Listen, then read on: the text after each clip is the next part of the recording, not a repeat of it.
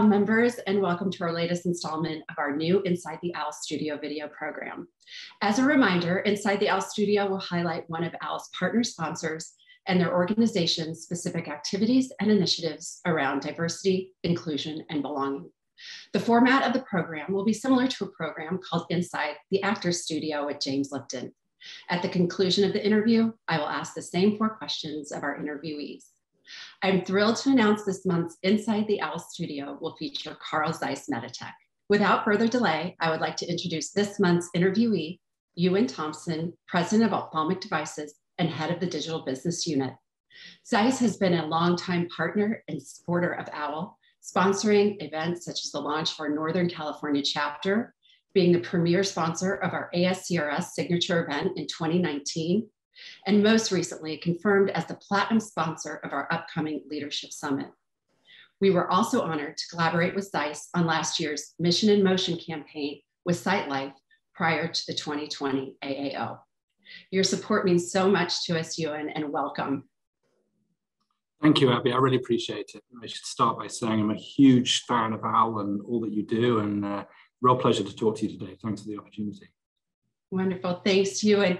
A quick reminder about the OWL mission of advancing diversity and leadership. It really is our driving force behind all activities that we develop. We continually strive to create networking and educational opportunities to support this mission. And I personally find it hugely beneficial to hear from other organizations about their efforts around diversity, equity, inclusion, and belonging. With that being said, I am very excited to hear from you about Zeiss and your initiatives in this area. Thanks, Abby. So I'd start by saying, as an organization, we embrace, all forms of diversity and inclusion. We really try. I would say first off, we're a global organization. And so that cultural diversity, I think, naturally comes from the size and the scale of the company. And we work hard as well to make sure that where we have local leadership and sort of local team members, they are reflective of the local community. So I think in that cultural diversity piece where we work hard and we've achieved a lot. Gender diversity, we've got a number of recent programs that we're really trying hard with. I think just to highlight a couple of them, we have a coaching and mentoring program for our female employees. And that's designed to really, identify any weaknesses that they feel they have, and totally personal and individualized. They get to choose the person they'd like to work with, and within reason. And they set the agenda, and we really try and sort of bring those people along and recognize that they are incredibly valuable members of the Zeiss team. We're also working, just to give another example, very hard on our recruitment. We'd like to think of ourselves as striving for excellence in the recruitment process. And this is something that I sort of personally feel very passionate about, making sure that we have a diverse candidate pool, even if it means going outside the organization. It's not always possible, but to recruit internally or promote internally and ensure that you have a diverse pool to draw from. And that's really, to me, it's the root of this. One of the first things you need to do is to make sure that you are not getting so stuck in your ways that you only look internally for the talent that you want to develop and you want to bring up. So that recruitment process, I think, is something that, ensuring the diverse candidate pool and making sure we have diversity all the way through right from the beginning. That's something I think that is kind of foundational and fundamental to me. And we have many other programs as well, but I think those are a couple just to show, sort of how seriously we take this. And Ewan, I just love to hear about the coaching and mentoring. I think it's so important. Mm-hmm. The OWL organization, we also have a fellows program. It's in our 2nd year, about to go into our 3rd year. And it has been one of the most, I would say, most talked about programs. And people are so passionate about it. We met with our fellows at the past ASCRS in July. And the feedback and the experience that they're having with their mentors, it was just lovely to hear.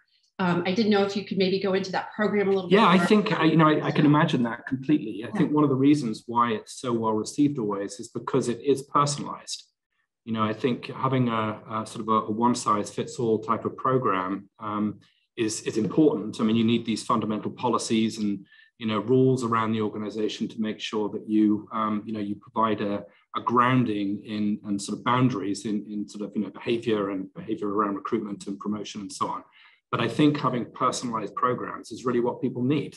Everybody is different. And I think just recognizing that and, reflecting that. As I said, I think that's why these coaching programs are so important. And I'd say similarly, it's been extremely well received. Our program has been extremely well received inside Zeiss as well. Another one of these foundational things I think we need to do.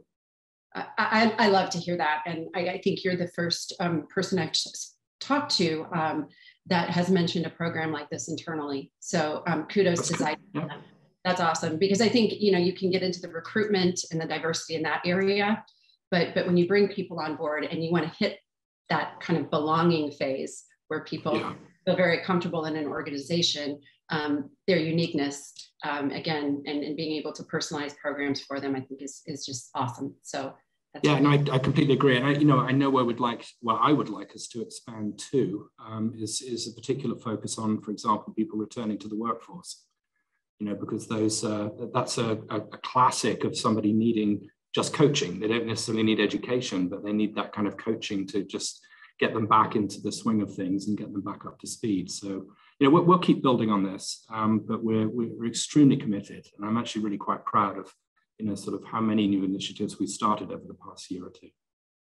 That's great. And I really enjoy hearing that you are focusing on people returning to the workforce. We did a webinar program about 2 months ago, I think, about the inequity that was caused by COVID for females and underrepresented segments of the population. And it was, we had McKinsey come in with a lot of data that they've already kind of accumulated.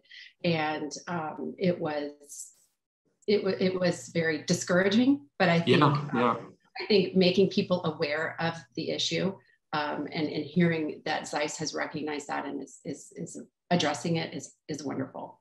Yeah. Well, thanks. But, I think it's a chronic problem in society, to be honest. It's, and hopefully discussions like this raise the profile of that as an issue and, more people adopt that type of approach and slowly we make improvements.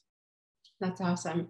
Are there any other programs or anything else you'd like to mention from the Zeiss side around diversity, inclusion, and belonging? Well, we of course we have what you'd expect of any larger responsible organization. We have the education programs around D&I, and we have cultural ambassadors and people that are there to spread the word, and they take that on in addition to their routine duties. And so there really are a lot of things going on.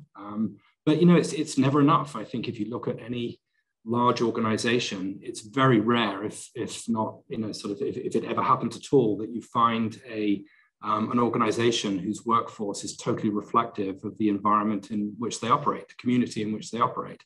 But until we achieve that, we shouldn't stop trying. So I don't think it's anything you ever kind of declare victory on.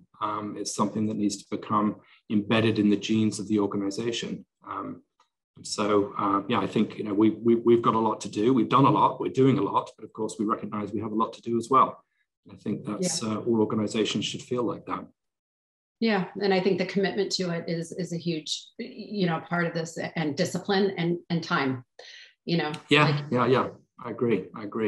Yeah, because again, everybody's busy, right? So it's easy to let this fall by the wayside and just focus on sort of getting the immediate tasks done. But this is something that should be, or is and should be, a long-term investment for the organization. There's so much data around how much more effective diverse organizations are.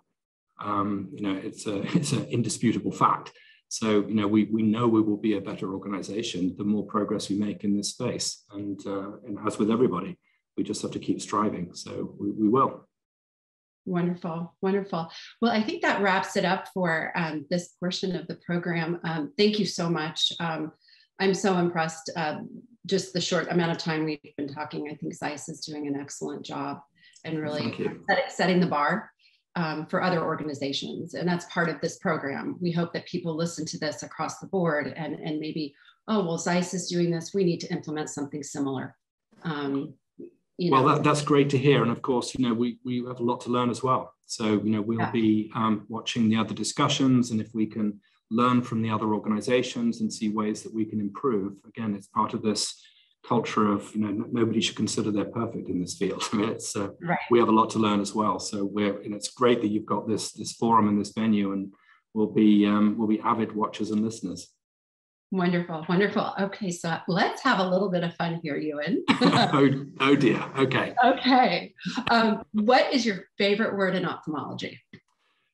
Ooh, I would say vision. For two reasons. I like the sort of duality of the meaning of the word. Certainly, it's what we strive for. As we produce technologies and we work with our customers, and everybody in the industry is striving to improve vision. But I also like the forward-looking nature of the word.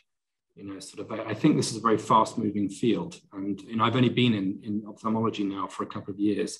But what's really impressed me is sort of the rate of progress, the innovation that's there, and a recognition that there's still a lot to do. But there are a lot of visionary people in the space. And I love talking to all of our customers, but sort of so often you come across people that have got a really good forward-looking idea and a way to make sort of big transformational changes as well as the small incremental changes. So we continue to work hard on our vision. I think we have a great vision inside Zeiss. We've in particular for us, we're now focused on this sort of integrated environment and leveraging the power of data to create artificial intelligence types of solutions and using connectivity as a way of streamlining workflow. That's kind of, I'd say, at a very high level of our vision. And there are many people working on similar things. So yeah, sorry, that was a long answer, but vision. I like a vision. You asked one word. Well, on the flip side of that, what is your least favorite word? So you'd have to say blindness, I would think, or I would anyway. I mean, it represents failure of our mission, and I don't mean individual failure or that anybody's done anything wrong, but there are gaps in our knowledge. There are things we can't do yet. There are very hard to reverse the relentless progress of some of the chronic eye diseases, and it's a reminder to me that there's still a lot to do. So, it's great to be focused on an image of the future or a vision for the future. But we also need to be very acutely aware of what we can't do today. I think that's, if it's encompassed in one word in the ophthalmology community, I would think blindness has to be our constant reminder that we're not there yet. Absolutely. Next question is, what professional role in ophthalmology, besides the one you have now, would you like to and why? Okay, I'll give you a couple of answers. I'll try and keep them brief. But I think first off, I am so happy doing what I'm doing now that it's actually a really hard question to answer. I love Zeiss as a company, but I love the vision that I just spoke about. Sort of building this ecosystem environment, one that a strategy that really partners with our customers instead of focusing on sort of transactional relationships. These things that we're trying to achieve and using things like digital capabilities, which are my passion, regardless of where I'm working. These things are so exciting and so interesting to me that it's very hard for me to think about something else. But I spent the first 10 years of my career working in hospitals and on the sharp end of care. I'm a medical physicist by training, and I think what you get from working in a clinic, in contrast to perhaps working in industry, there's not a day that goes by where you get into the car at the end of the day and you don't know what contribution you've made, because you can think in terms of individual patients and the outcomes that you've been able to create and the contribution you've made to somebody's individual life. So I will say, whenever I walk into a hospital, there's always a piece of me which is like, I get it back immediately, that feeling and that thought. Yeah. So I think it would be something, some kind of medical professional, physician or other medical professional working in a clinic environment. I still have that feeling in me, and it's it's hard to shake. That's great though. What a good answer. I love that. What profession would you not like to attempt in ophthalmology? Oh, I could really get myself in trouble with this one, I think. Everybody makes their contribution. And I'm not sort of avoiding the answer, but to me, if you're making a contribution, that's the reward for your efforts. That's the reward for your work, and that's always been, what's guided me through my career. This feeling of wanting to make some kind of contribution, and there's nobody in our space that doesn't make a contribution. I mean, I'll focus instead perhaps on the things I couldn't do. I mean, I think I wouldn't make a very good surgeon. My manual dexterity is not good enough. I might be able to work on a robot to compensate for my lack of manual dexterity. So when that becomes a thing, perhaps I'll change my mind. But I think I'd struggle as a surgeon. I hear that. If you could do one thing to contribute to diverse leadership in the ophthalmic field, what would it be? It's been a guiding force. Another guiding force for my career is just creating an environment, an open environment that it sees people as individuals and encourages their individuality, and recognizing that these diverse communities, as we talked about just now, are the ones that make most progress, and the ones that ultimately do make the biggest contribution to society, whatever the field is focused on. I think, that's, as I said, that's been a passion of mine, forever. And I think it's still, when I think of it as a senior leader in an organization, it's the one big thing that I can do. It's just striving to create that open environment and that encouraging environment that brings the best out of every single team member. So that's I guess, a kind of an answer to the question, but I think that's where I focus, and that's where I would still want to focus. Yeah, hugely important. So the last question is my surprise question for you. And I just thought of this. Oh dear. If you were a car, what make and model would you be? Oh, probably not a very good one, but a fast one. Well, I'm British, so it would have to be a British car. So I could choose like an Aston Martin or something. But I don't know that I'm quite fast enough for that, or quite refined enough for that. But maybe that's what I'd strive to be. Sort of a stylish, a stylish car that people enjoy driving and working with, and something that's a little bit different from the other cars on the road. Love it. I love it. And I actually thought of that because you're British. I see. Well, I wish the British car industry was in better state. I'd have had a bigger set of choices, but there we go. Yeah.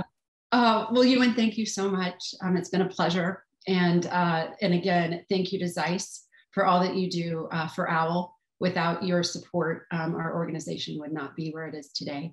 Well, thank you, Abby. And, similarly, thank you to OWL for all that you do. We really recognize it. We recognize the value of what you do, and, how great discussions like this, where we can all share ideas. It goes beyond any kind of, competitive element to the industry. This is us sharing the best of what we do and hopefully learning from each other. Wonderful. Agreed. Have a wonderful day.